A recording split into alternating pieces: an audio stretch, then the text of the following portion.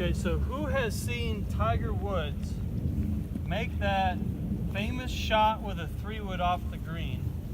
Very popular. Who's Tiger Woods? Who's Tiger? He's a exactly. He's a newcomer. Yeah, Tiger's back. I think he's gonna win. But you know, we get ourselves involved with situations around the green that can require some creativity.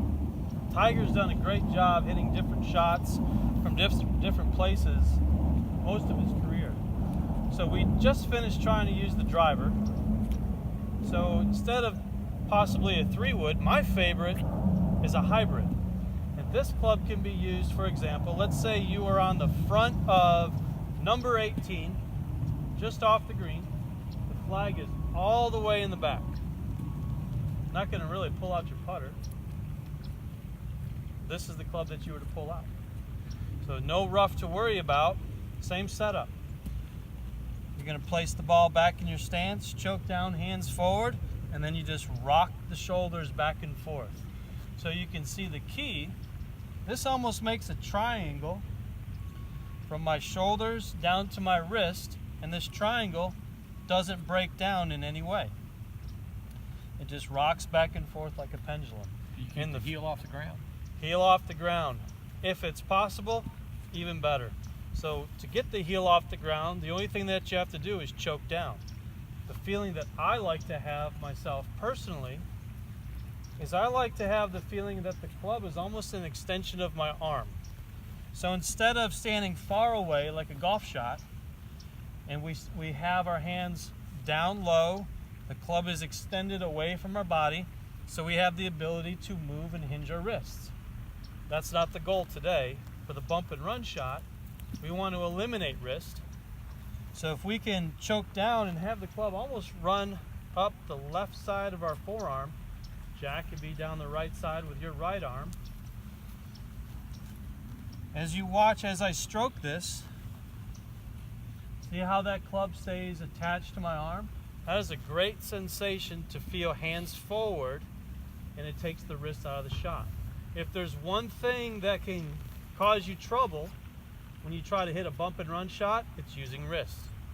So anytime that you try to accelerate through and then help the ball by using your wrist, we get into a lot of problems that way.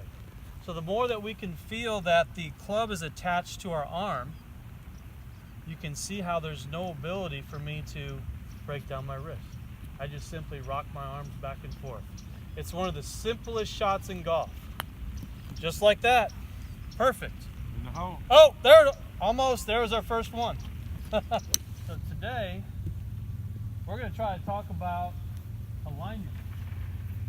What do you guys think about that? You better make it simple, Rick, for me. So the full swing has a lot to do with alignment.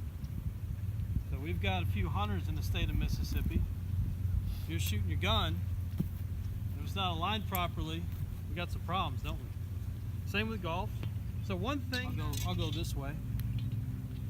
So if I close my stance to my target line, I'm going to show this on an extreme level, okay?